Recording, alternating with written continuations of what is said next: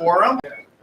What's the number? I am going to call the Public Safety Committee I don't know off the top of my head. to order. No, you didn't figure it out? No, I did. Could everyone please stand for the Pledge of Allegiance? So much pressure from you. Gee whiz. And Andy, why don't you lead us in the pledge? I pledge allegiance to the flag of the United States of America and to the republic for which it stands, one nation, under God, indivisible, with liberty and justice for all. I'll go ahead and do a roll call. Councilmember Gully. Here. Councilmember Parator. Here. Council President Mantello, ex officio. Here. Councilmember December, Chair. I'm also present. Also present, Councilmember Cummings. Here. And Councilmember Kennedy. Here. Okay. Wonderful. So we are going to get started with public safety. We do have Andy here to give us, before we get started with fire and police, Andy's going to give us an update on the tax cap question that was asked for the previous finance meeting. So before you is just 4 pages. I'll be very efficient going through this. The first, what is the property tax cap? It's a cap on the growth of a municipality's tax levy. It is not a cap on the growth of a city's property tax rate. They are two entirely different things. The levy is just the revenue required from property taxes. The formula, everyone says it's 2%. I'm going to show you it is not just 2%. There are multiple components to the formula. The main feature that everyone talks about is the 2%, but it's not really 2%. It is the lesser of the current rate of inflation, or 2%. Obviously, it can be exceeded with the local law overriding the tax cap.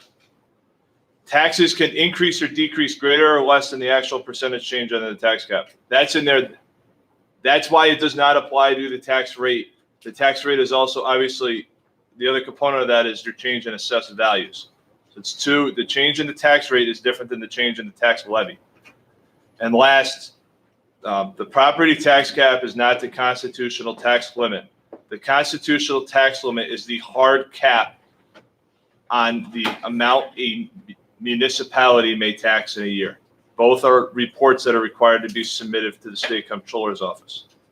And Andy, before we go further, the rate of inflation, is that less than 2%? It's greater than 2%. So for 2020, the lesser number is 2%. And just to note, all the numbers that we're going to go through, and one of the reasons, there's 2 reasons why I wanted to do this tonight. The first is it's really difficult to explain this by typing. I agree. The second is OSC was here doing their budget review, their annual visit. They have verified all of these numbers. So I like for them to sign off on it before I start going through it. If you go to the second page, what makes up the amount in the calculation for the tax cap? It is not just the city tax levy. There are 4 components for the city's tax cap calculation. It's the total revenue required from property taxes. It is the city tax overlay. So those are the 2 components that are just that's the city tax levy. The other 2 components are the bid tax levy is included in the tax cap calculation. Under state law, if a tax levy is not voted on by the residents, it is included in the tax cap. The bid tax levy is not voted on by any voters. The way it was set up is it's 5% of the city tax rate. Therefore, it is included in the tax cap calculation.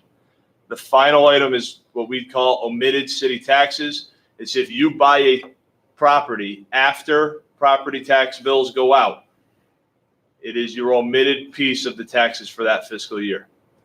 It's to catch you up to get you current. It is a re-levy on the 2020 taxes. So those are the 4 components that make up that is the number that we look at in comparison to what our cap is from the state. And I use cap because to me, if you can override a cap, it's not really a cap. Chair. Council President.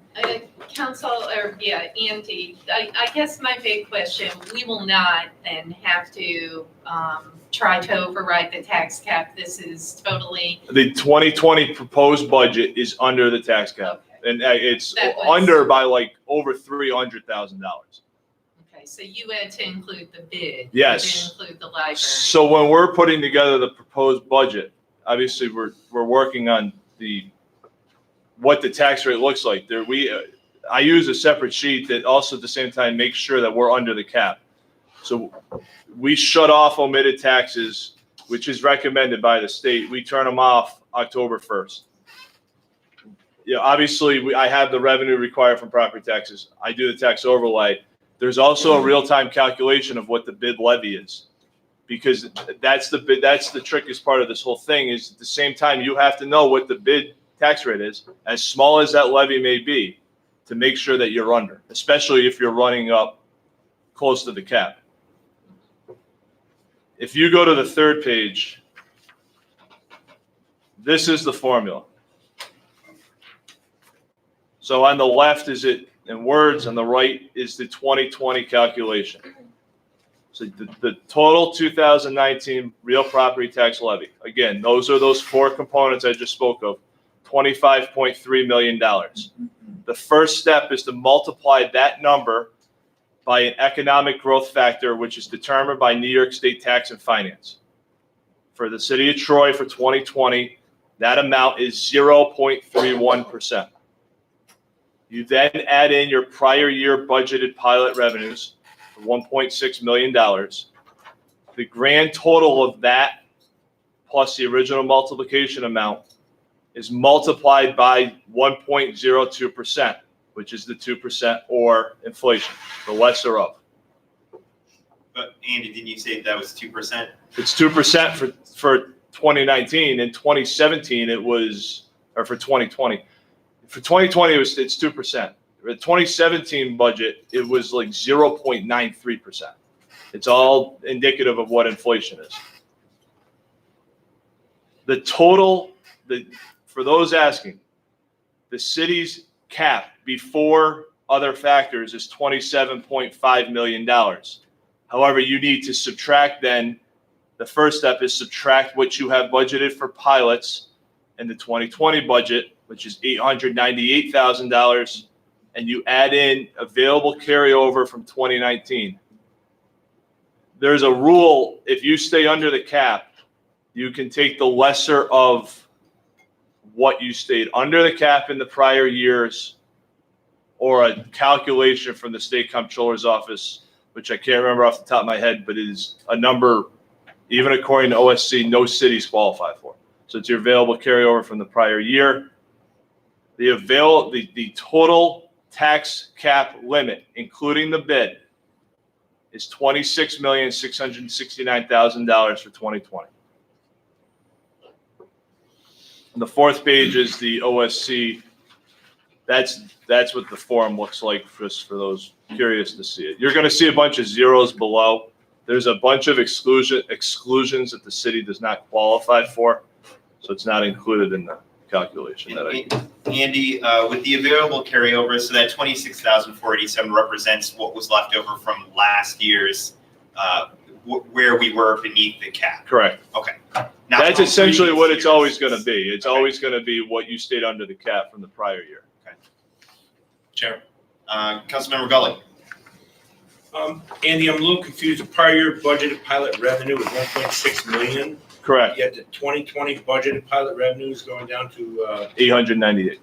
Correct. So I had mentioned last week at the budget hearing that we had to on advice from the state comptroller's office, we reclassified the $646,000 from the water fund.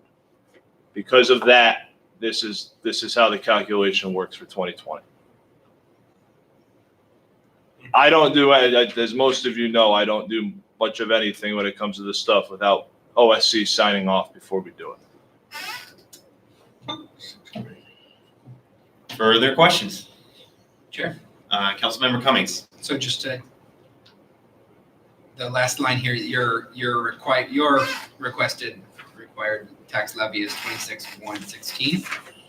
So that leaves plenty of room for the bid. Well, tax. you also, it's about $300,000. It's 300,000 and 65, 358. So that difference needs to include bid tax and omitted city taxes, basically, plus. correct. So as any changes are made, there needs to be consideration for what it looks like, including the bid. Omitted taxes are locked. That's not changing. It's the bid. As you add to the tax levy to the city, You're also adding to the bid levy, and that needs to be taken into consideration.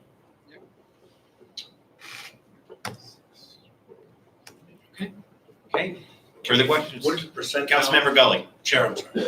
What is it, do we have a percentile number on this 26,669,000? Is that, if the mayor's budget is 3.4, he's under the cap, what is the actual cap for the city this year?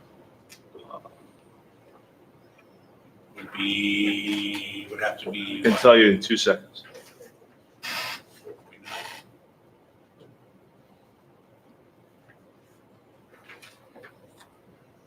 I'll make a deal with you. If you go through police and fire, I'll have that number for you at the end. I'm assuming it's around 4.8. I can run it during police and fire. All right. Good question. All right. Thank you. Appreciate it. Okay, thank you, Andy, for that update. We'll look forward to that number when you get there. In the meantime, let's go ahead and move along with fire. So Fire Chief McMahon is here. They played rock, paper, scissors to decide who goes first. You left-handed. You surprised? No, you can tell by the state. The boys want to say the one. No, man. So it looks like the fire department actually went down from last year's total budget a little bit. No changes in positions. I know there's probably going to be a conversation about turnout gear, but would you just give us an overview to start, and then we can ask questions after? Because we're fully staffed at this time, we took some money out of our overtime budget. We have taken delivery of one brand new fire engine. We have slated to take delivery of another new fire engine here very shortly. With the of the 2 new fire engines, we took some money out of the repair budget, and we placed money into other equipment, which is going towards facilities upgrades, and we put money into uniforms, which is the new turnout gear. And basically those are our focuses right now. Right now, personnel-wise, we have 1 vacancy in the fire department. It should also be mentioned that prior to me becoming chief, we went from 3 office staff down to 2. That position is still yet to be filled. That's going to remain, although it's not a true vacancy. It's still 1 person down in the office. As far as personnel goes, we are doing well with vacancies right now. I anticipate some retirements. I anticipate it's a crapshoot on how many people we could have leave. That could be anywhere from 1 person in 2020 to 10 people in 2020, all depending on how things shake out. But overall, I would consider this a absolute bare bone budget. It addresses some of our needs. It doesn't address all of them. Obviously, we have some station issues that we're trying to take care of. Some of them are going to be taken care of in this budget. Some of them are going to be taken care of with the Siemens funding, and with the addition of the 1 new fire truck that's coming in March. That'll give us 2 new fire engines. This budget also has in the capital plan for an additional fire engine to come sometime in 2021. And that 3rd fire engine that's coming in 2021 will replace a 20-year-old fire engine. So slowly but surely, we're hoping to get our feet underneath us, start to address some of our infrastructure needs and some of our equipment needs. Yeah, and could you just speak briefly about, so you spoke the facility upgrades. So part of that is going to be done through Siemens. What in your budget is going to be done in the fire facilities? In this budget here is a facility upgrade for station number 4. It's a kitchen for station number 4. In here also is going to be, we have to take care of the bathrooms on the second floor of Station 4. We have to take care of the bathrooms on Station 4 before we take care of the ceiling on the apparatus bay. Depending on how the budget shakes out, depending on how much it costs to take care of those issues. If there's any money left over, we're going to address a carpet issue on the second floor of Central Station. At this point, the carpet that's up there has been there since the building was open. And unfortunately, it just needs to be replaced. It has runs in the carpet to the point that when you try to vacuum it catches in the beater blade and it causes issues. Some of the other issues that this budget takes care of are obviously with everything that's been stated about the problems with cancer. It is a second set of turnout gear for each one of the members. And then in addition to that, to make it more efficient to actually clean the gear, are 2 new gear washers.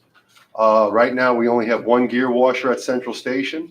We are going to install a new gear washer in the far north end of the city up in Lansingburg, and one in the far south end of the city at Campbell Avenue. And that way, when we have fires, it'll just make it that much more efficient, that much better to clean the gear and get the gear back in service. Sure. Yes, Council President.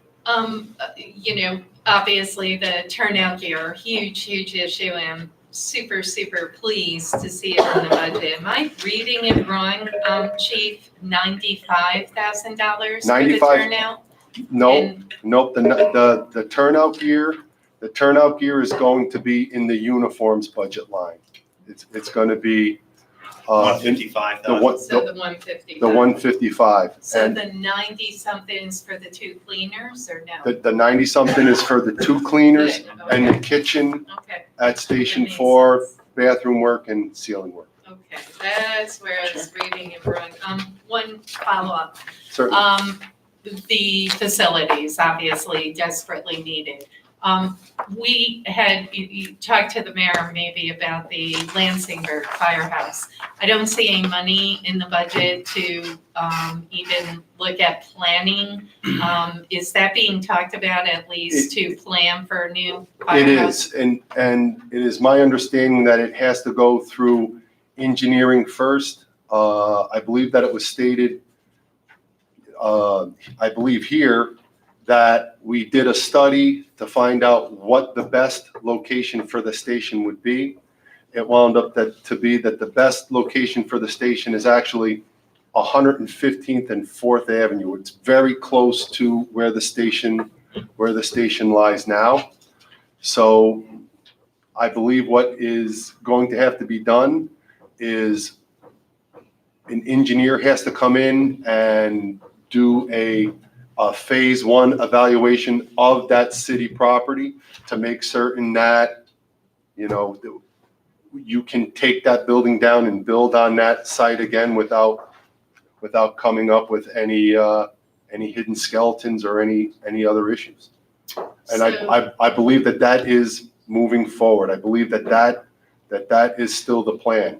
And unfortunately, it's something that to replace the station is something that doesn't happen overnight. Oh, no, it's a process, but, so 115th and 4th, is that the parking lot behind? It would be the parking lot, but the city doesn't own that, so it's close enough, to be honest with you. The absolute epicenter for all of the calls in the Lansingburg area, in which engine 1 or truck 1 is first due, is right where the station is. It's a half a block.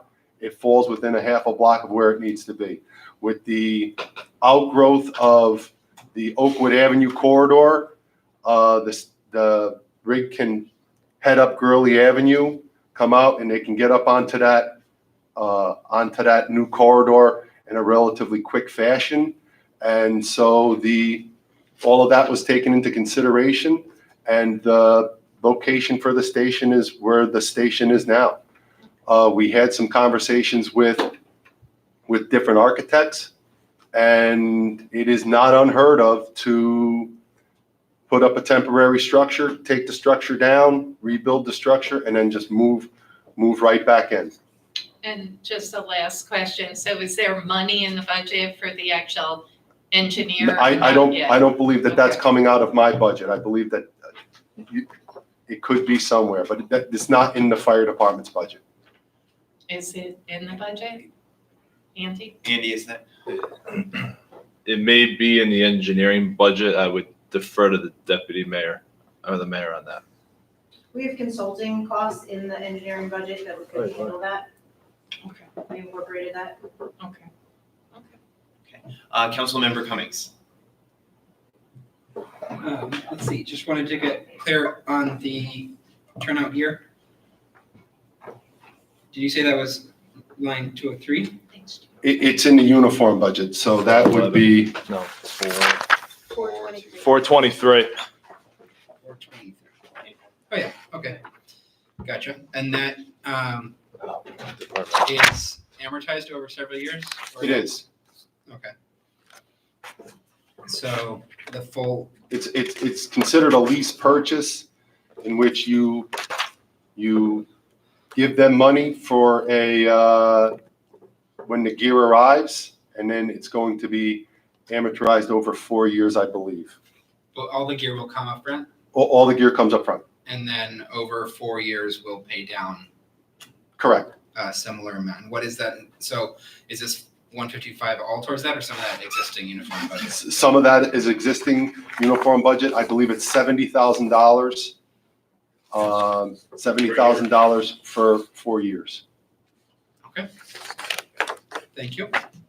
Chair, Councilmember Gully. Chief, the buyout on that lease, is that like, sometimes at the end of the 4 years, you have opportunity to buy out that lease, am I right? Or is it just owned? They call it a lease. It's actually just funding it. Install. Okay. It's a lease Well, purchase. usually like at It's a least lease they have a purchase. buyout, like I used to do leases, Right. whether it be $1 buyout or $1,000 buyout. It's a lease purchase that has no like balloon at the end. No You balloon. just pay Okay, it and that's it's done. fantastic. There's specific rules for governments when it comes to things like that. Yeah. Well, the reason I was asking, because originally we were talking over 300,000 for the turnout gear, and 4 years of 70 is only 280, so I thought maybe there might be some bump or some escalation at the end or a buyout. I can take a look at that paperwork again, and it's 5 years. I Oh, apologize. 5, okay, 5 years. all right, I'm sorry. All right, thank you. All right, So 35. 350K. I'm glad to hear there are some facility upgrades happening. I know this is a bare bones budget. Is there the permanent salaries, is that all contractual increases? It is. Okay. Further part? Yeah, Council On President. Yes, on the turnout gear, chief, how much extra does that leave on the lease? How much, I'm not following your question. The lease add to the price? Does- It was 330. I believe it was 330 total. I can get you that Okay. number. Okay, It's yeah, like honestly, 330. if you. I believe it was 330 total for a set of gear for every member. And then it's $70,000 for, it would be, About 20,000. yeah, a payment due when it's arrived, and then 4 additional payments. I believe that's where I'm coming up with the 4 years. Did we RFP that, Andy, or did we not have to? You don't have to, it's a state contract, and we You get figured it. Yep. Perfect, thank you. Further questions? Chair? Yes, Councilmember Cummings. Andy, I noticed the E911 is, I assume this is shifted to, We shifted that to a new department in 2018. It's A3020 on page, oh yeah, that was done last year. it's on page 92, 93. What we'll talk about that. Should we talk about that tonight or? It's up to you. Three yeses. Should we talk about that right now? Is there further questions with the fire chief while we have him here? No, we're good. If not, we can move on to that other question. I did have a question also about the insurance as well. But Andy, can you speak to the first question, and then we'll get ready for Police Chief Owens. If you'd like to get make yourself over here as well, or we're asking these other questions. Thank you. Thank you. Thank you. Thank you very much. Okay, Page So- 92. page 90, well, before that, Oh, sorry. Go ahead. Councilmember Gully, your maximum tax rate at the tax cap, and this is at the tax cap, 4.84%. Wasn't too bad for a minor no calculator.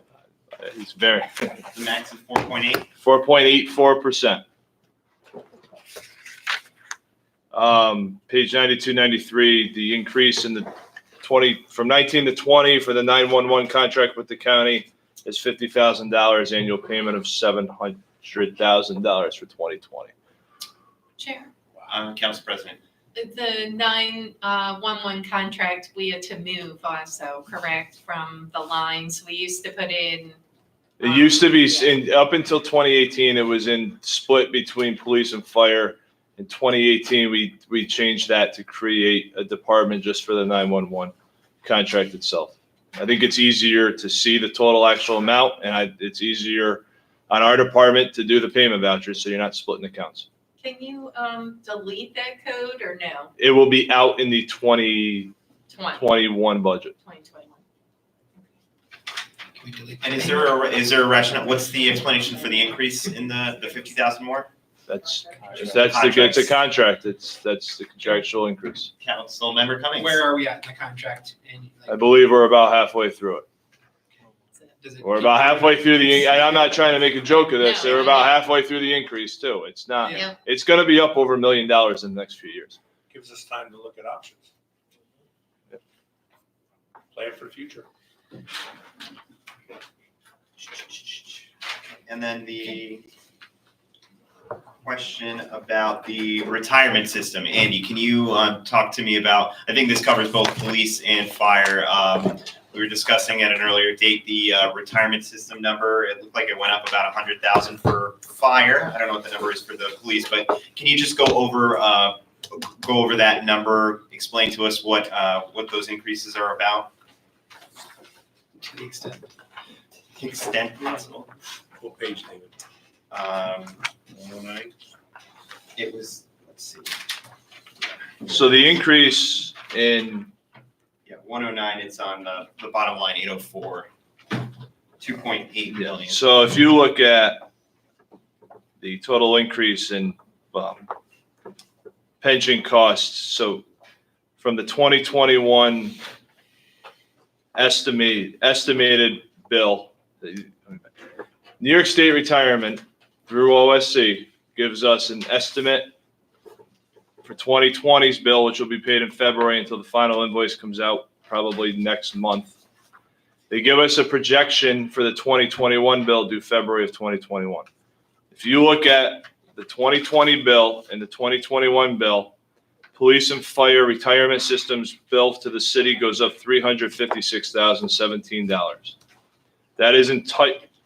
That is not an increase in payback of prior deferred taxes. We stopped deferring taxes and pension in 2017.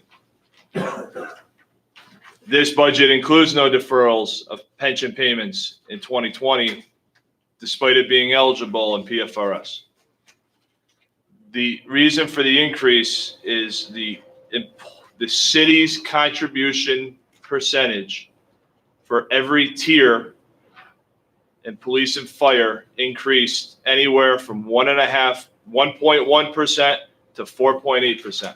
That is entirely dictated by the state comptroller's office. Okay, So Councilmember Cummings. these are estimates from the controller's office. When do they become actual, and how might it change during that time? Historically, their estimates and projections have been high. However, I actually just talked with our OSC auditor about this the other day. I think at some point it's going to catch up to us. They base it all off of actual salaries in a time period, and they assign a projected increase, and then they run the amount the city has to pay through that increase. For years, as we know, the city had outstanding contracts, so they were going in and assigning increase in salaries when there wasn't a contract agreement, right? I think now that the city has settled contracts, it'll be interesting to see how it balances out. We're just entering that period where we can really look at that. So with current contracts. With current, I mean, Maybe you'll you're have also better assuming, I estimates. mean, they're sitting here today assuming what the bill's going to be in 2021. And the state comptroller's office, on the other hand, is very conservative. Further questions on the pension? Okay, well, let's go ahead and move on to Police Chief Brian Owens. Thank you for being here. Of course. For those following at home, we are on page 98. Got that right? Right. 95. Police Chief, can you give us an overview of your department's budget? Looks like there's about a $300,000 increase, no changes in staffing levels. I'm gonna guess that the salaries are contractual if there's any increases there, but go ahead and give your overview and we'll have questions. Sure, thank you. Thank you. I think this budget represents a reasonable and realistic increase. As you mentioned, the staffing levels, the authorized strength remains the same, but we continue to have vacancies. We also have the expectation within the next year, we anticipate potentially 8 to 10 retirements. So as you notice, our overtime budget did increase as well. So we did not feel that there would be enough of a replacement of members to fill those vacancies in time to reduce our overtime accordingly.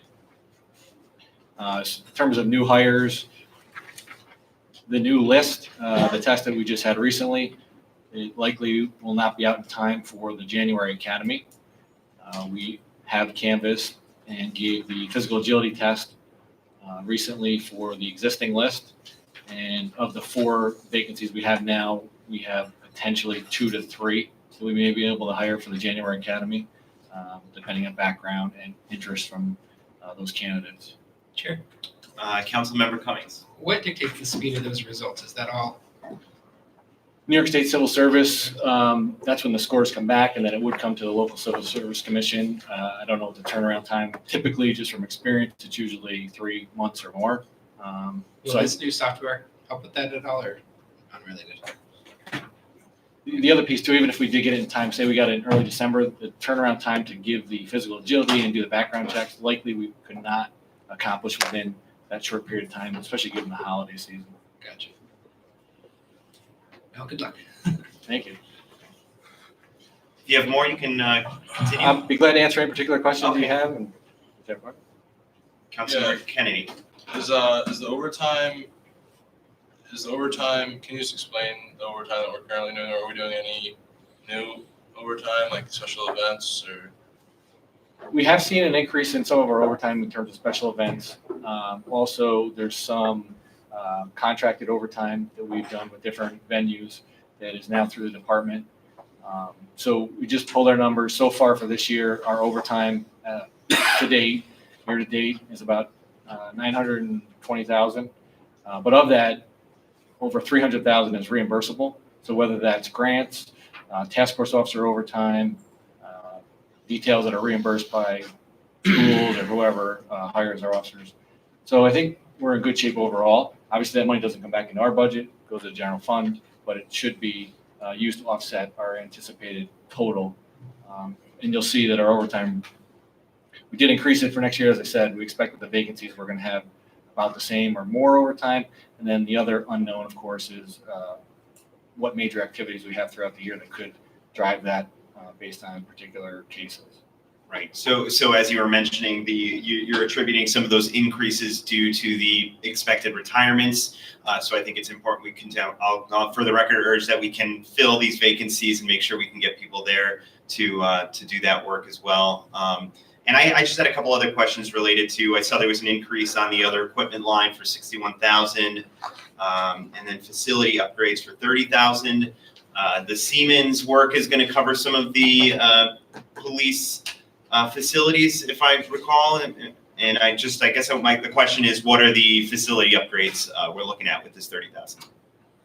The facility upgrades, particular to the lobby, the juvenile area, which we need to increase the security of the juvenile area with the raise the age. It's now up to 17 years old, are considered juveniles. So we need to make that area in the back more secure.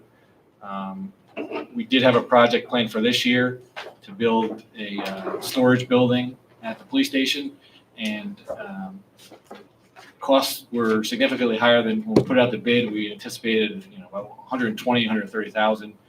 The only bid came in about 215,000. So we're working with the engineering department to hopefully rebid that, maybe get to a lower amount. Yeah. And I just did just moving over to positions. I had a question, page 99. So I've been hearing a lot about community policing. I know we've discussed this. You have a philosophy of the community policing. I think it'd be nice if we can have more of those folks doing that work. So my question is, what position are we looking at when we're talking about community police officers? Is that the community service liaison, or historically, what was the positions that community police officers were?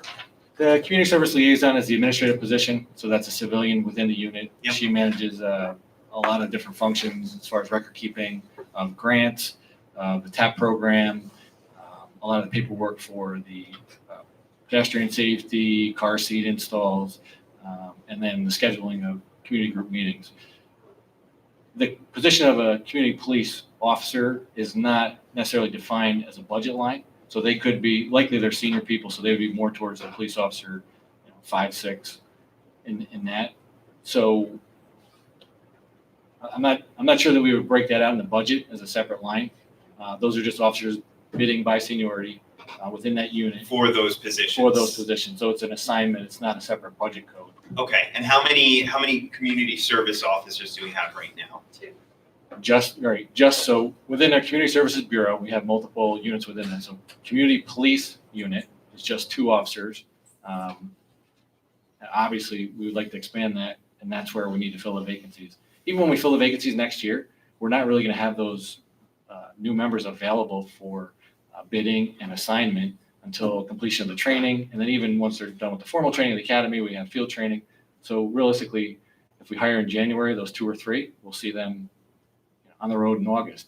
If we use the new list and we hire for the July class, we're not going to see them really until 2021. Yeah. So, And are there particular or specific trainings for people who are bidding for community police officer positions on top of the regular trainings that police officers have? there is certainly training in particular with some things that they deal with that other officers may not deal with regularly. So like landlord-tenant issues, some code enforcement training. But by and large, the community policing, we apply it as a philosophy. So while we have a unit, the assignment gives us the flexibility to deal with issues throughout the city that maybe the patrol officers don't have the availability to handle. So it just gives us a tremendous amount of flexibility.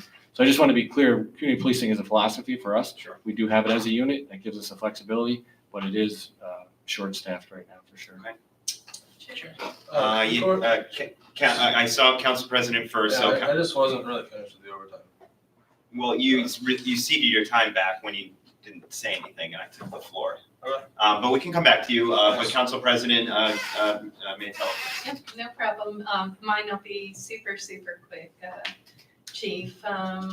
Couple quick things. I did notice in traffic fines, we received over $1 million in 2018. It looks like 2019, we went down to 900.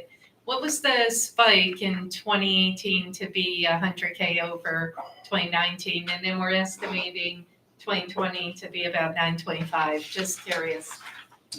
Yeah, I don't know if there's any particular reason. Just- the fines, the ultimate dollar amount is defined by or set by the court, so I don't know if there was an issue there. But in terms of total numbers, we're pretty consistent. One of the things we did, so in 2018, so it would have affected this year, was assign traffic safety unit members to handle accidents within the city. So there could be maybe a slight decrease in proactive ticket writing, but that would be minimal. We also allow officers in the traffic safety unit additional enforcement overtime, in which they go out and they're writing proactively traffic citations. I believe in 2018, we added an additional unit through, correct? Yeah, I don't know if it was 2008, it sounds about right, maybe 17 or 18. 17 you must have. Okay. Council President. Yep, one follow-up and then just two quick questions. The follow-up on that, would it make sense to invest a little more into the traffic unit? I was at a neighborhood block party and Sam Carrillo was there and he, just mentioned that he would like to see a little more investment and obviously the ROI, we're not there for the return on investment. I get that. We're not there to make money. We're there for safety, et cetera. But do you feel we've invested enough into the traffic union? In my opinion, yes.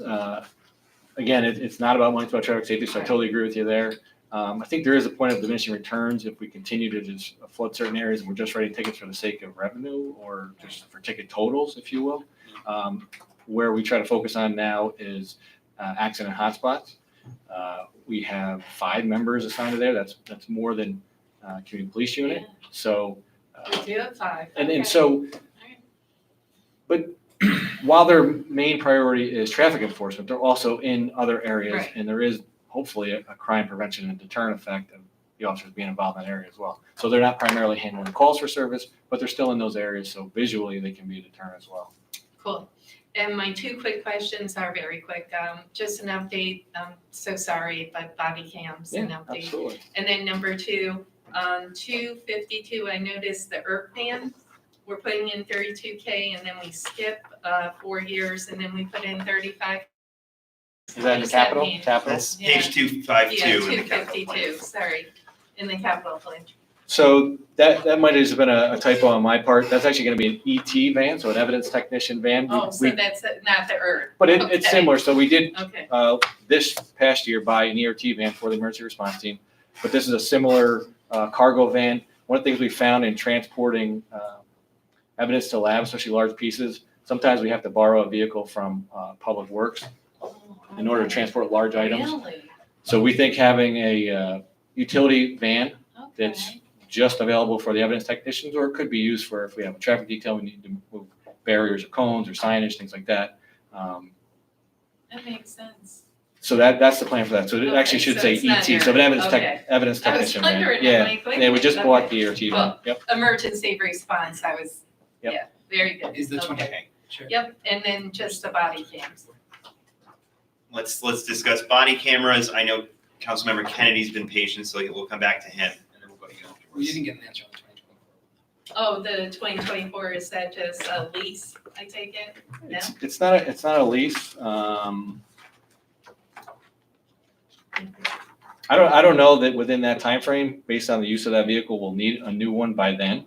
I don't anticipate wearing it out. Type out maybe? Okay. Yeah, so just a 1 year Okay. initially. That should carry us through multiple years with that van. So So- it's not gonna be used daily. Right. So not expecting that 35 in 2024. We I already don't saved anticipate that. 35K. Look at that. There you go. 5 years from now. Take it off the You know, there's gonna be something else that breaks. It's not until It's a 2024. placeholder. Keep the money, we'll just change the title.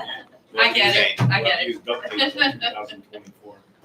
Let's have that First, conversation about yeah. body cameras, please. Absolutely. Thank you. So body cameras, where it stands now, the draft policy was provided by the city's labor attorney to the attorneys for the unions, so both PBA and Coates. It's the same firm, but they have that for review and for their input or concerns. Again, I think we talked about last time, we have narrowed our selection down to 2 vendors. We're refreshing our quotes. Still anticipate significant investment if we do the multi-year plan. It saves us some over the long run, but it's it's going to lock us into that contract. So where it's not in the 2020 budget for body cameras because it's a bond for the initial year. So going forward in next year, looking at the 2021 budget, we'll have to decide, is that going to fall into the operational budget or is that going to fall? So for years 2 through 5 of that contract, we do a 5-year contract. I don't know if it's bonded or if it's operational, but there's going to be that recurring cost, significant recurring cost. Of what's the estimated? The rough cost? was about 200,000, 185 to 200,000 per year of a multi-year contract. 185 to 200. 200,000. Okay. Multi-year? Yeah, we looked at each of those 2 companies, the 2 vendors that we got down to offer up to a 5-year plan.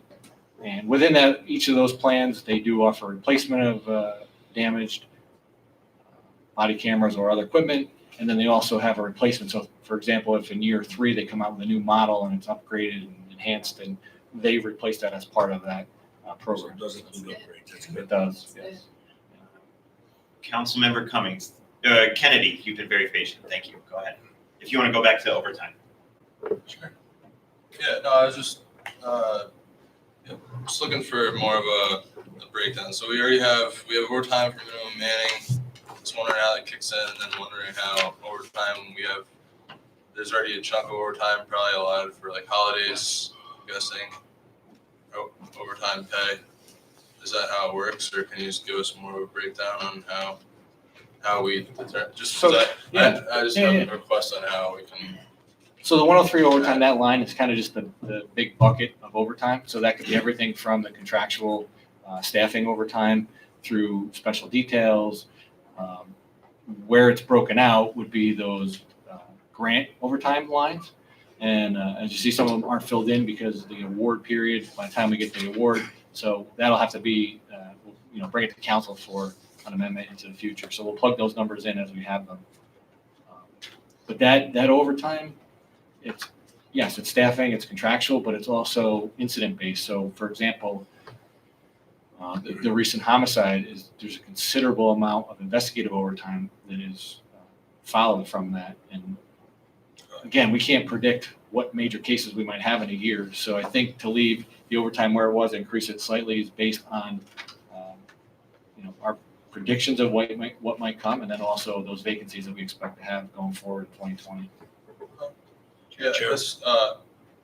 I guess my question, I had discussed with some of the business owners downtown whether or not there could be beat cops walking on some of the weekends, at least during warmer months, whether or not that already aligns with special events overtime, but if it was possible to have, I think roughly if it was like 20 grand, that would cover, like every other weekend during 8 months out of the year, 2 guys walking like 5 to 11. I don't know whether that can be accounted for within the existing budget or we can add additional funding. I talked to the Downtown Business Improvement District. They're not interested in contributing, but I think it would be good for business and also community policing, just kind of developing relationships between the police department, business owners, and patrons in the downtown community. Absolutely. So I met with some business owners recently as well, and they expressed the same concerns. So certainly for special events, we do that, and many of them are not reimbursed by the bid or whoever is hosting the event. So we're doing that out of our budget, which is, it cuts into our budget, but it's not a problem. It's actually for our benefit as well. So the department and the city. So we have no problem doing that. I don't know if we could have every weekend or every other weekend scheduled overtime. We'd have to look at that. But it would likely have to be an overtime detail simply because the patrol staffing just doesn't always allow for that. Where it's possible, we try to encourage the park walk and talk. Based on the call volume, it's not always practical.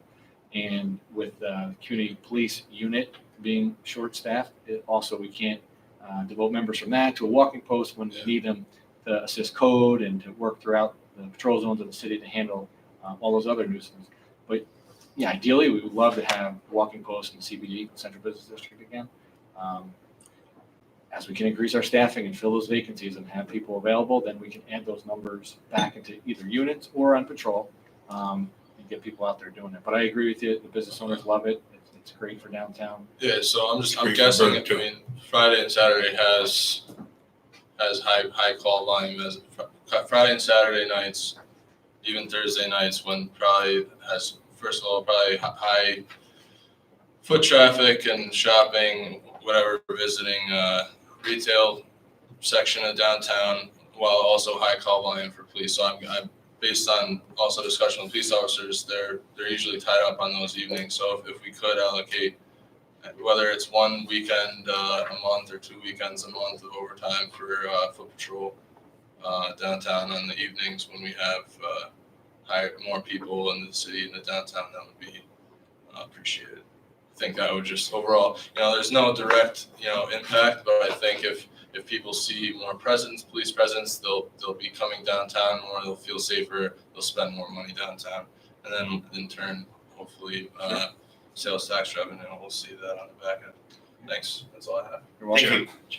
Councilmember Cummings first, and then Councilmember So Gully. just to close the loop on that, can you get us an estimate of what a weekend detail would cost in overtime? Yeah, it would be roughly, I mean, no, I already know. I mean, Okay. top pay would be $51.50 for overtime. If there was 2 officers, it's roughly 10 hours on a night. So it's like $500 to have them for a night. that's 2 officers. all inclusive. I think the top overtime right now is about $54, $55, but it's pretty close. Yeah. So, give or take. But yeah, if there's follow-up with more concrete numbers, sure. Yeah, could we get those numbers, Chief? And then We're gonna follow up. a couple other Yes. questions. Councilmember Cummings. This is maybe more of a question for Andy, but also operationally, is it possible to categorize, and would it be helpful to categorize, to split out reimbursable but overtime from non-reimbursable overtime? Just for our budgeting purposes, to sort of understand Are you, what's coming out of our budget and what's coming out of. are you talking about grants or like Well, obviously the grants are non-grant, split out, but non-grant? events and things like that, where Um, we get reimbursement. It's in the From an revenue line, operational perspective from payroll's perspective, that would be a very daunting it's task. not worth- okay. You need to assign it, can we you need sort to of back assign it up with an the overtime revenue line? code. You would need to assign an overtime code to everything.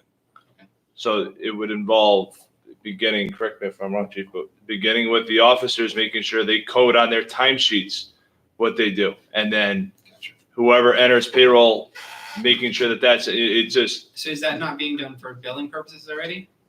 We definitely track it for the reimbursement, so we could provide that report to you. I don't know on the payroll side or the budgeting, but we can definitely break out what the reimbursed details are. Is that on a revenue line explicitly, or is that just in with other stuff on the revenue lines? Do we have a revenue line? it's embedded within other revenue lines. So yeah, I But if mean, you want to see what those look like, those details, we can show you our internal yeah, that'd be great. payroll report. And then on we mentioned briefly the community service liaison.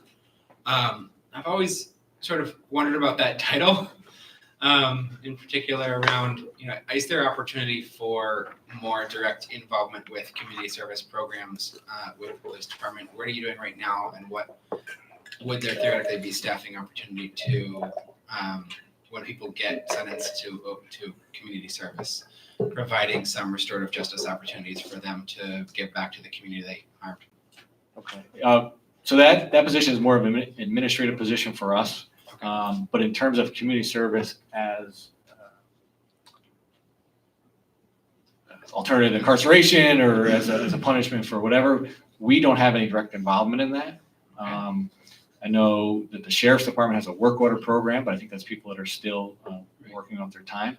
I've talked to people who were sentenced to community service and who felt somewhat uncertain about how to find a good thing to do with their community service time. Sure. And I think it could be helpful both for the city and for the department to think about when someone has committed a crime that hurts a neighborhood in some way, that doesn't warrant jail time but does warrant community service, that we find ways to let them give back to that neighborhood with their community service. And so, yeah, just advocate for thinking about how to supervise. I don't know if that's in your department or in DVW or where, in terms of how we could make use of and give opportunities to give back to the neighborhoods impacted. I definitely get where you're coming from. We had a representative from probation, so we work very closely with Rensselaer County Probation, and we could definitely reach out to them and see if there's ways when they assign community service as a part of their conditions of release, that maybe that could then return to the city in some way. So we can definitely follow up with probation on that. Great. Sure. Great question. Councilmember Kennedy. Just to follow up on that. Would you forget me? I'm sorry, yes, yeah, yeah. Oh, I just- Councilman Kennedy, and I'll come back. Thank you, Councilmember Gully. I have made requests in the past to the sheriff's office for assistance with that. Yeah. And they have been helpful. Yeah. So, The work release program, the work program is great with the sheriff's department. It seems like there's also some opportunity for. Yeah, we never explored it, but that is a great opportunity, I idea. think, yeah. Thank you. Councilmember Gully. Thank you. So I'll follow up on that and say that maybe we should, for now, until we do develop something with the local court, that we maybe engage the sheriff's department more to use those individuals more to help in the process of what we're looking to do in our city. I don't think we use them enough, but that would just be me. So I have a couple things I just want to bring up that I know you said the list from last time is dwindling. You're not ready for the new list. But my question is, you have this very attractive contract now that puts us in a different light. Are we doing any strong advertisement or any strong draw for lateral transfers that are coming from other departments? Are we putting the word out there enough to get some people that are already qualified and trained from other municipalities or other areas that would consider coming to Troy? That's my first part. And the second thing is, I remember when I was down in Florida, not that I got a ticket from it, but they had this little automatic machine on the side of the road that if you ran a red light, it clicked your picture and it sent you a ticket. And I thought that, I know we talk about escalating up our force and traffic, but would it be beneficial to maybe look at one or two of those operating machines that could have that value at certain, when we have a trouble spot and people saying, hey, they're running a stop sign or they're going too fast? Because they do make this equipment out there. Would we have any thoughts, or could we have any conversation on possibly looking at one or two pieces of equipment like that we could use for hot zones or tough areas that people are having a problem with? And would it save us down the road? So for the first part, for the recruiting, we made a big recruiting push, particularly for the civil service test, the upcoming test. But with that, it was very public. We did radio, we did a video. We certainly did it, on the website, the city website. So while we didn't target specifically lateral transfers, that was out there as a general information that, hey, we're looking for people. So anecdotally, we have maybe, I think in the last few months, one lateral transfer interest, and it just didn't pan out on their end or our end. I think everybody by and large is competing for those lateral transfers. It's that initial savings. Albany PD, they're down, I think now at this point, 60 officers. So everybody's competing for that same pool of talent. People that are already trained, qualified, saves us money, gets us going. I don't know of any other way. I know we talked about at one point maybe trying to offer an incentive or some sort of financial incentive. I don't know if that'd be attractive enough. I think it does help that for the PBA to have that contract, so it's a known entity, a known quantity for anybody coming in. This is what the contract is, this is what the pay is, what the benefits are. I think it's known. It's definitely word of mouth. So our members are talking to other members in other departments. But yeah, we have not seen a lot of lateral transfers. So let me ask you a question. Yeah. When we do get a lateral transfer, how much do we approximately save on the training and the 6-month school? How much do we save on an officer when it's a lateral transfer? Well, I don't know the exact dollar amount, but if you just look at whatever that initial salary is plus fringe, so for the first 6 months, they're in an academy, so not even available. So a lateral transfer is going to do about maybe a 10-week, once they're hired. So 10 weeks versus 6 months plus the 2 months for training. So I mean, you're saving the salary and benefits for 6 months, whatever. And we're paying for the training also, right? So besides the salary, isn't there a cost for the training? There is cost for training. It's I don't have it in front of me, but it's not a whole lot. It's based on size of our department. So Zone 5, the regional training center. But if I just had to guess a number right now, I'd say it's about $20,000, $25,000 a year. So I guess there would be a savings, but we have to pay that anyway because Why do you it's say based.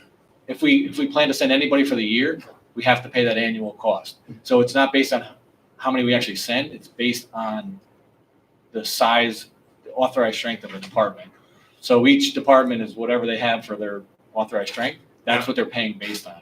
So I guess it's roughly tied to population if you think the department size matches a city or town's population size. The other thing too is we may see an increase in that number. Yeah. So that regional training center, Albany City, about 2 years ago now left the regional training center and they conduct their own basic school. And Albany County Sheriff's Department, if they haven't left already, they're in the process of leaving and beginning their own as well. Yeah, I So was just that's thinking, why are less, we doing less our own? total people. We just would not have the resources in terms of staffing Yeah. for instructors and time to devote to that. You can understand that. So with that 20 or 25,000 that we could possibly save, and even if it was only 15, what if we ordered, I mean, if we had some sort of program where we offered a $10,000, initiation bump or sign up bonus to attract lateral transfers, we'd still make out far greater in time and money by doing that rather than going through the school process off the list. So could there be any type of, look at that we might have some sort of incentivized program for signups for lateral transfers that would be significant enough to make them open up their eyes and go, hey, I can use that right now, or I wouldn't mind going there, and this makes it more attractive. Could we do something like that? So Andy was able to locate the cost for Zone 5, the Regional Academy. It's $17,500 a year, so it's actually less than I just gave you a number of. As far as an incentive, I don't know if that, would have to be a negotiated item because incoming members would become part of the union. So I don't know if the union would then want something for, I don't know. Right. I don't know. But we can certainly look into it. I think it's worth exploring. Again, I don't know. So whatever we could offer, say it's 2,000, I don't know, just pick a number, 5,000. Yeah, it would definitely save us money in the long run Trip if to we get Disney, who people. cares? I don't know if we Get can do them on that, the team. but I'm only kidding. it's worth looking into. Yes. And if we can pull it off, sure. Chair. Thank you. Sorry, can I answer the Yes. second question? about- Okay, go ahead. So And then Councilman. you talked about the speed or the traffic violation. The automated, So I think legally there might be an issue because I know for like red light cameras, you have to be a city of a certain size. I think Albany had to get special dispensation to be able to put those in years ago. With red light cameras in particular, so I think that would be more appropriate for the city versus a speed camera on the side of a highway. But those red light cameras, there's conflicting studies. So while they certainly generate revenue, some of the companies I would say are maybe abusive with the tolerances for that. So they're driven by the income. Yeah. And then it's, and some studies have also indicated that sometimes there may be an increase in accidents because people are now braking more quickly to stop to avoid the potential ticket versus going through the yellow caution light. So I personally would not be in favor of it. I don't know what the cost would be or the potential revenue would be. I would not look at it in that case. I would just look at the legality first of all, and then would it truly drive a traffic safety initiative? I don't know. I can only say it cost me $263 to drive to Walmart one night in Clearwater, Florida, and it wasn't a very happy time. So if you talk about Florida, they have some towns that are truly, literally speed traps, and Yeah.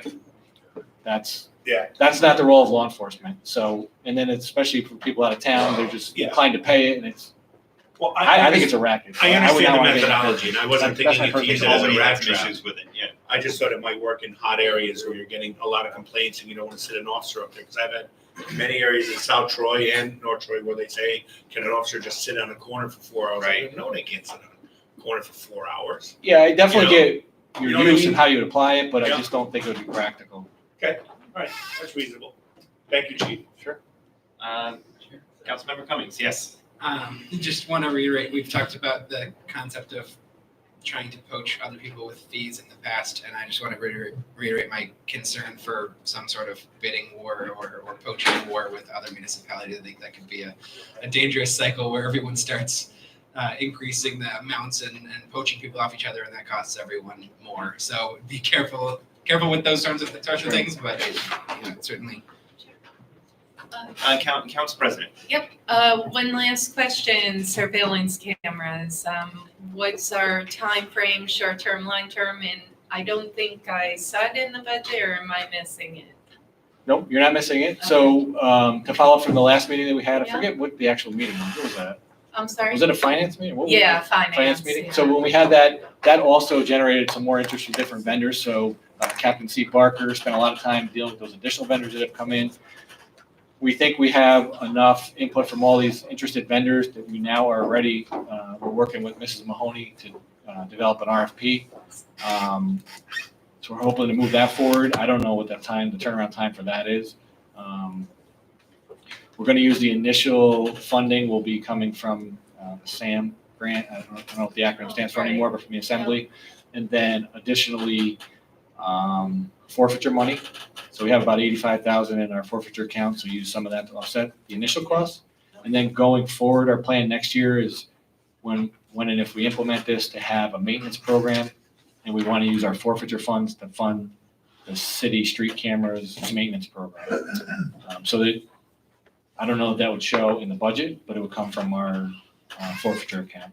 Okay, and Chair, one Yes. follow-up, yes, that's awesome. And if you, all I'm saying to you, if you need help, if you need our assistance, I think we're bipartisan, unanimously supportive of getting these working, but also staying in tune with the times. I get that the ones now are kind of almost out of date, but get them at least short-term, but look down the road. And I certainly am willing to work with you, Chief, to do what we need to do to get them rolling. Thank you, appreciate that. Yeah, and I would echo those comments as well. She's Thank right. We all want to get these working, so anything we can do to help, that would be great. Further questions?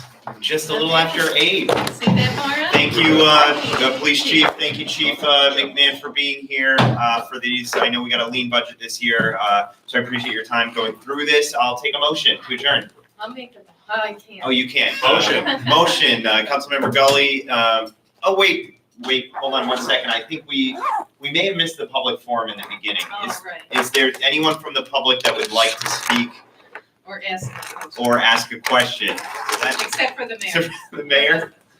Okay, seeing no one, I'll take that motion to adjourn, and I need a second. Second. From another colleague. All in favor? Aye. Thank you. Good night. Thank you, Chief. Thank you. Appreciate it.